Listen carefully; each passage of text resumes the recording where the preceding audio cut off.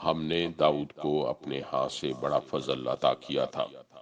ہم نے حکم دیا کہ اے پہاڑوں اس کے ساتھ ہم آہنگی کرو، اور یہی حکم ہم نے پرندوں کو دیا۔ ہم نے لوہے کو اس کے لیے نرم کر دیا، اس ہدایت کے ساتھ کہ زرہیں بنا اور ان کے حلقے ٹھیک اندازے پر رکھ۔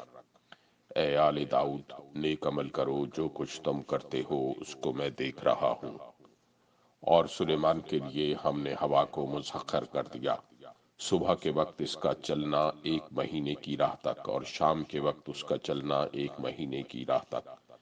ہم نے اس کے لیے پگھلے ہوئے تانبے کا چشمہ بہا دیا، اور ایسے جن اس کے تابع کر دیے جو اپنے رب کے حکم سے اس کے آگے کام کرتے تھے۔ ان میں سے جو ہمارے حکم سے سرتابی کرتا، اس کو ہم بھڑکتی ہوئی آگ کا مزہ چکھاتے۔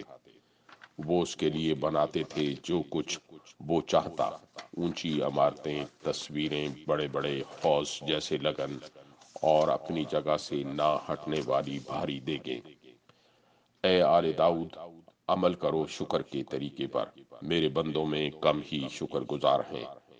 پھر جب سلیمان پر ہم نے موت کا فیصلہ نافذ کیا تو جنوں کو اس کی موت کا پتہ دینے والی کوئی چیز اس گھن کے سوا نہ تھی جو اس کے عصا کو کھا رہا تھا۔